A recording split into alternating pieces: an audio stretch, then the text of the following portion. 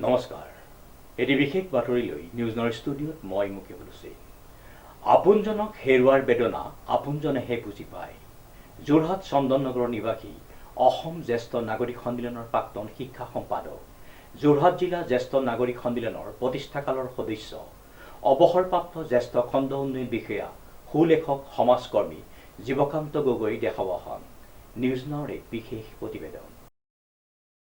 আপোনজনক হেৰুৱাৰ বেদনা আপোনজনেহে বুজি পায়। যোৰহাট চন্দননগৰৰ নিবাসী অসম জ্যেষ্ঠ নাগৰিক সন্মিলনৰ প্ৰাক্তন শিক্ষা সম্পাদক, যোৰহাট জিলা জ্যেষ্ঠ নাগৰিক সন্মিলনৰ প্ৰতিষ্ঠাকালৰ সদস্য, বঙালপুখুৰী শাখা সাহিত্য সভাৰ প্ৰাক্তন সভাপতি, অৱসৰপ্ৰাপ্ত জ্যেষ্ঠ খণ্ড উন্নয়ন বিষয়া, সুলেখক আৰু সমাজকৰ্মী জীৱকান্ত গগৈৰ বিদায়ে আজি সকলোকে গভীৰ শোকত পেলাইছে। যদি মৃত্যু সকলোৰে জীৱনত নিশ্চিত এক সত্যক লৈ আহে, তথাপিও তেওঁৰ বিদায়ে তেওঁৰ ঘনিষ্ঠসকলৰ মনত অপূৰ্ণ এক শূন্যতাৰ সৃষ্টি কৰিছে। আজিৰ এই দিনটোত যোৰহাটৰ চন্দননগৰৰ নিজ গৃহত প্ৰয়াত জীৱকান্ত গগৈৰ আদ্য শ্ৰাদ্ধ অনুষ্ঠিত হৈছে।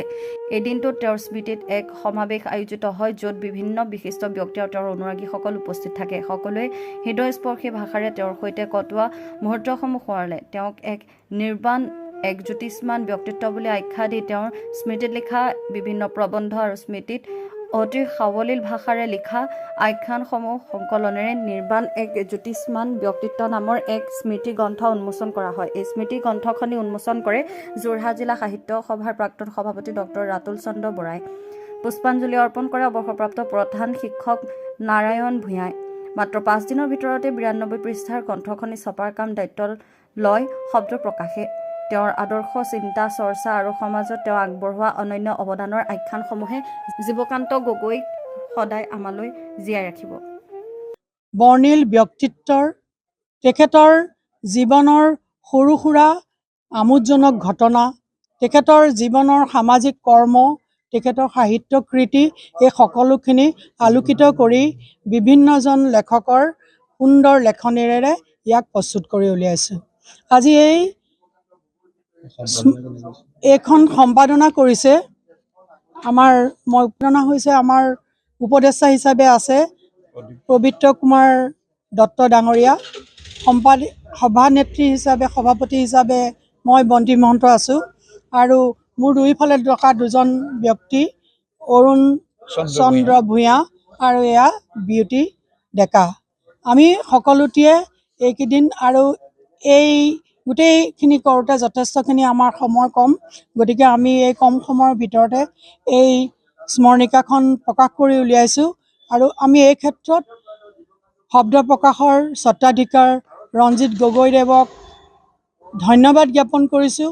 তেখেতে বহুত কষ্টেৰে এইখন আমাৰ হাতত তুলি দিলে। আৰু ইয়াৰ উপৰি তেখেতৰ পুত্ৰ যুগল কিশোৰ গগৈ, তেখেতৰ বহুত কষ্ট আৰু আগ্ৰহ, সেই আগ্ৰহৰ ফলশ্ৰুতিতে আজি আচলতে আমি এই স্মৰণিকাখন সময়মতে প্ৰকাশ কৰি ল'ব পাৰিলোঁ।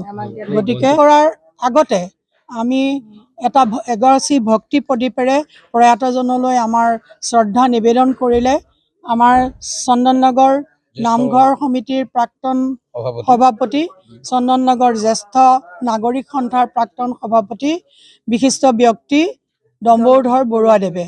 ইয়াত পুষ্পাঞ্জলি অৰ্পণ কৰিলে আমাৰ বঙালপুখুৰী শাখা সাহিত্য সভাৰ উপদেষ্টা আৰু বঙালপুখুৰী সোণালী জয়ন্তী উদযাপন সমিতিৰ সাহিত্য সভাৰ উদযাপন সমিতিৰ কাৰ্যকৰী দেৱে।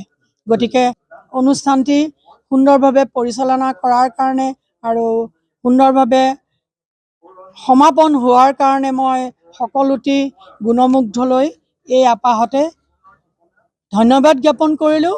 আৰু আমাৰ নিউজ নাওৰ পৰা যি সাংবাদিকে আহি আমাক এইখিনি ক্ষেত্ৰত সহায়তা আগবঢ়ালে, তেখেতসকললৈ মই ধন্যবাদ জ্ঞাপন কৰিলোঁ।